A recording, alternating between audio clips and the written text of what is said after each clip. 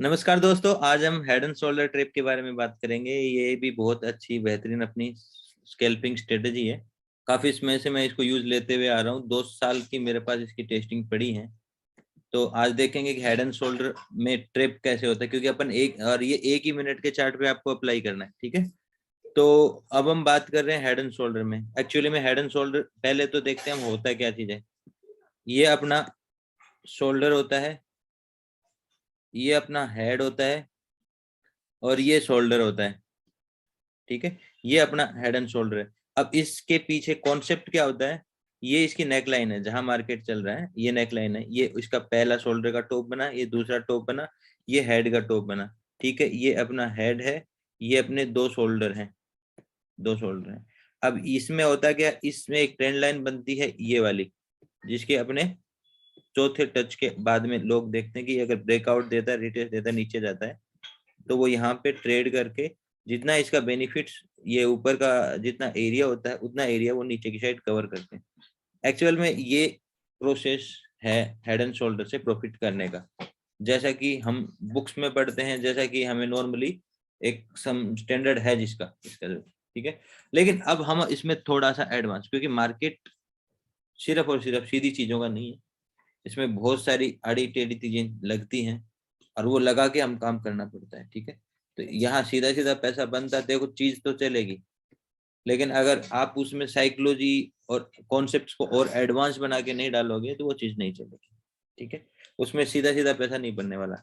अब head and shoulder directly मैं trade नहीं करता, 1 मिनट की टाइम फ्रेम पे मैं ट्रेड करता हूँ, बड़े टाइम फ्रेम पे व्यू लेता हूँ और उनमें पैटर्न ढूंढता हूँ। पैटर्न की प्लेसेज अगर मुझे वो सही जगह पे प्लेस मिलती है तो मैं उसको ट्रेड करता हूँ। हेड एंड शोल्डर को मेरा ट्रेड करने का 1 मिनट में तरीका ये है कि मेरे को हेड एंड शोल्डर क्लियर बनना चाहिए। बनने के बाद में नीचे से ब्रेक होना चाहिए। ब्रेक होकर अगर नीचे जाता तो मेरे किसी काम का नहीं है। ब्रेक होने के बाद में मार्केट को ऊपर आना चाहिए। आके अगर वो इस लेवल के आसपास, जो यहाँ से यहाँ का मेरा एक फिबो होता है, मैंने आपको काफी वीडियोस में फीबो के बारे में बता रखी, फीबो की सेटिंग। तो वो फीबो एरिया में आएगा, उस फीबो एरिया में यहाँ इन शोल्डर्स के एसएल खाता है और यहाँ से मार्केट तेजी से गिरावट देता है।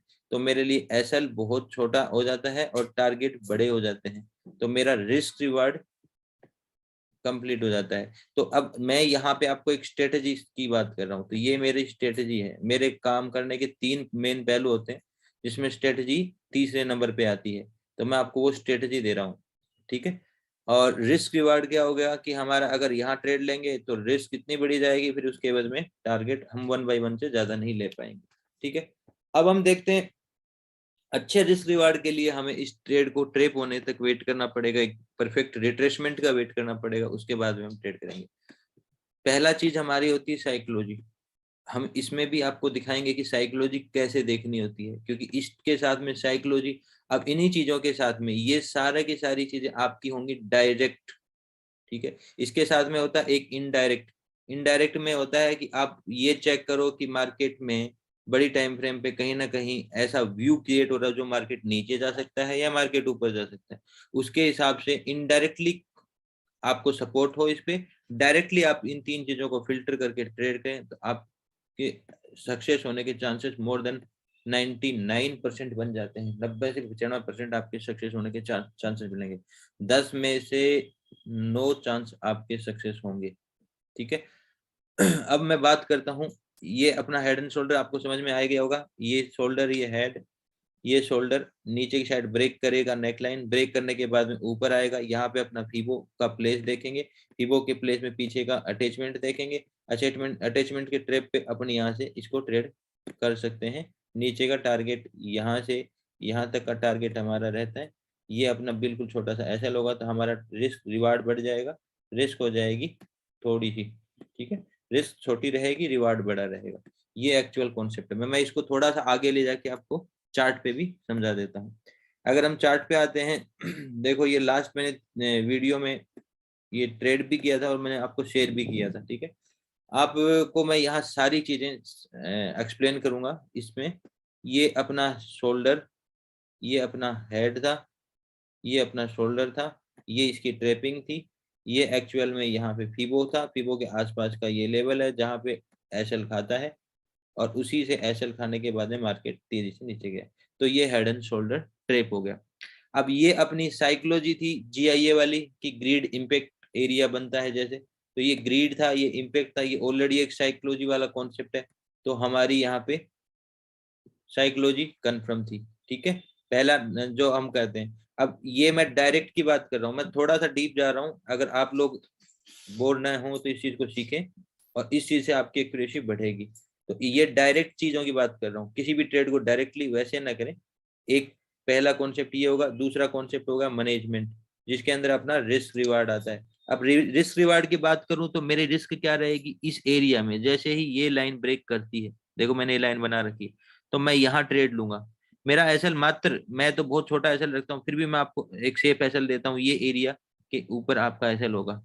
आपका एसएल कितना छोटा है और आपका रिवार्ड कितना बड़ा हो जाएगा, ठीक है। तो रिस्क आपका 1 रुपए का होगा तो रिवार्ड आपको 20 रुपए का हो जाएगा। तो यहाँ पे अपना क्या क्या चीजें मैच कर रही हैं, हमारी साइकोलॉजी मैच कर रही है जीआईए के अकॉर्डिंग, हमारा रिस्क रिवार्ड मैच कर रहा है, और तीसरे नंबर पे आती है हमारी स्ट्रेटजी। ये हेड एंड शोल्डर ट्रेप एक अपनी स्ट्रेटजी है, तो अपनी स्ट्रेटजी मैच कर रही है। अगर तीनों चीजें हैं मैं ट्रेड करूंगा, ठीक है। अभी तक मैं बात कर रहा हूँ डायरेक्ट की, अब बात आ जाती है इनडायरेक्ट की। थोड़ा सा मैं डेप्थ में ले जा रहा हूँ इसलिए आपको बता रहा हूँ ये चीजें। अगर ऐसा करोगे तो आपको ट्रेडें कम मिलेंगी लेकिन ट्रेडें कंफर्म मिलेंगी। इनडायरेक्ट में अपन क्या करते हैं, व्यूज लेते हैं मार्केट के लिए। अब आप अपन अगर देखते हैं ये वाला मार्केट है, ये वाला मार्केट 11 11:30 बजे के आसपास 3 तारीख का, ठीक है। अब अगर हम मल्टी टाइम फ्रेम पे या इस पे जाते हैं 15 मिनट वाले चार्ट के ऊपर, तो ये देखो ये 1:30 ये वाला चार्ट नहीं था, ये है 11:30 बजे के आसपास। ये देखो ये 11:30 बजे के आसपास था मार्केट। 3 तारीख का मार्केट है ना, हाँ 3 तारीख का मार्केट है। 11:30 बजे के आसपास यहाँ से एक अच्छी गिरावट आई थी, यहाँ एक रिट्रेसमेंट ले रहा था।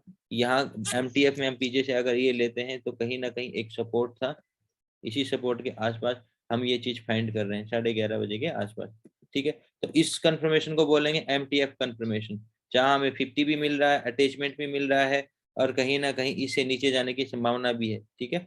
तो एग्जैक्ट हमें बड़ी टाइम फ्रेम पे हम देखेंगे तो क्या देखेंगे, ये 11:30 बजे के आसपास बड़ी टाइम फ्रेम पे हमें क्या मिल रहा है, अटैचमेंट मिल रहा है कि मार्केट यहाँ भी फीबो का एक रेस्पेक्ट करके नीचे जा सकता है, नीचे की लेवल्स हैं, ठीक है। तो ये हमारा व्यू क्रिएट होगा और यहाँ पे हमारी ट्रेड होगी, ये व्यू क्रिएशन होगा, ये ट्रेड होगी। तो इनडायरेक्टली हमने क्या तैयार किया एमटीएफ पे, उस टाइम मैं ट्रेड कर रहा था तो इस पे काफी और भी एमटीएफ के मतलब क्लियरेंस मेरे पास थे। अभी मैं आपको बता रहा हूँ तो जस्ट मैं वो चीज अभी नहीं देख पा रहा हूँ एमटीएफ पे, लेकिन एमटीएफ के व्यूज क्लियर होने जरूरी होते हैं। जैसे हम ट्रेड करते हैं तो हमारा एमटीएफ में व्यू होना चाहिए कि मार्केट यहाँ नीचे जाने के लिए तैयार है। तो उसके बाद में हम 1 मिनट की टाइम फ्रेम पे आते हैं, टाइम फ्रेम को मैनेज करते हैं और यहाँ पे ये तीनों पहलू देखते हुए ट्रेड करते हैं, ठीक है। अब मैं कुछ एग्जांपल और दे देता हूँ जिस हिसाब से आपको ये चीजें समझ में आए कि हम इसको कैसे ट्रेड कर सकते हैं। एग्जाम्पल्स के लिए मेरे पास काफी मेरी बैक टेस्टिंग पड़ी है, वैसे तो मैं लाइव भी करके दिखा सकता हूँ लेकिन उसमें काफी टाइम लग जाएगा। तो जो मेरी बैक टेस्टिंग पड़ी है मैं उसी पे बात करता हूँ। ये हेड एंड शोल्डर ट्रेप का मेरा फोल्डर है, ये हेड एंड शोल्डर को मैं जूम कर लेता हूँ, एक सेकंड इसको थोड़ा साइड करता हूँ। ये अपना 2021 की टेस्टिंग है, चलो हम कोई भी महीना पकड़ लेते हैं। अब एक काम करते हैं, मैं इनको एक एक करके आपको एक्सप्लेन करता रहूंगा, ठीक है। यहाँ पे देखेंगे ये अपना शोल्डर, ये अपना हेड, ये अपना शोल्डर, ये इसका ट्रेप था, ये ऊपर आया, ये इसका अपना फीबो था, इससे इस जोन के बीच में यहाँ पे अपन ट्रेड लेते हैं, ठीक है। उसके बाद में अपना ये रिवार्ड होता है, रिस्क इसके ऊपर का छोटा सा रिस्क है, उसके अगेंस्ट में रिवार्ड है, ठीक है। एक अपना उदाहरण हो गया। अब अगला लेते हैं ये वाला, ठीक है। अब देखो ये हेड एंड शोल्डर था बट ये ट्रेप नहीं हुआ था तो शायद हमें नहीं लिया। ये हेड एंड शोल्डर है, ये देखो ये ट्रेप हुआ है, यहाँ हमने लिया, यहाँ अपना प्रॉफिट मिल गया। ये हेड एंड शोल्डर है, यहाँ पे ट्रेप नहीं हुआ प्रॉपरली लेकिन ये ब्रेकआउट मिला, नीचे चला गया, ठीक है। हर तरह का एनालाइज हम करेंगे। ये हेड एंड शोल्डर है, ये ट्रेप हुआ है, इस एरिया में इसने शोल्डर को खाया और इजीली अपने को टारगेट मिल गए, ठीक है। ये हेड एंड शोल्डर है, ये ट्रेप हुए बिना ही चला गया था नीचे शायद। ये हेड एंड शोल्डर है, यहाँ ब्रेक हुआ, इस जगह अपना फीबो मिला और अपना टारगेट अचीव हो गया। यहाँ पे हम देखते हैं ये हेड एंड शोल्डर है, ये शोल्डर में यहाँ पे ट्रेप हुआ, ये ऊपर के लिए है, ठीक है। ऐसे ही यहाँ पे हेड एंड शोल्डर मिला, ये यहाँ शोल्डर को जैसे ही खाया अपने फीबो में आया, मार्केट नीचे की साइड आ गया। यहाँ पे ये हेड एंड शोल्डर है, यहाँ पे अपनी एंट्री भी, ये शोल्डर का ट्रेप हुआ था, इसकी एंट्री भी और नीचे की साइड टारगेट मिल गया। अच्छा, इसमें एक हेड एंड शोल्डर और भी है, यहाँ पे ये प्रॉपरली ऐसे ट्रेप हुआ है और अपने को नीचे का टारगेट मिल गया। ये हेड एंड शोल्डर है, ये शोल्डर का ट्रेप हुआ, ये चीजें कहीं ना कहीं ऐसे ही हमें मार्केट में ये ट्रेप्स ढूंढने होते हैं। ये अपना हेड एंड शोल्डर का कंप्लीट कॉन्सेप्ट है। लेकिन मैं आपको फिर भी लास्ट में ये बात फिर कहूंगा दोस्तों, किसी भी चीज को डायरेक्टली आप ट्रेड न कहें मेरी माने तो, क्योंकि आपको बहुत फुर्ती वाली ट्रेडें करनी होती है, जल्दी जल्दी में ट्रेडें करनी होती है। हमेशा इस चीज को ध्यान रखना, इनडायरेक्ट पहलू होना चाहिए जो बड़ी टाइम फ्रेम से आ रहा है व्यू का।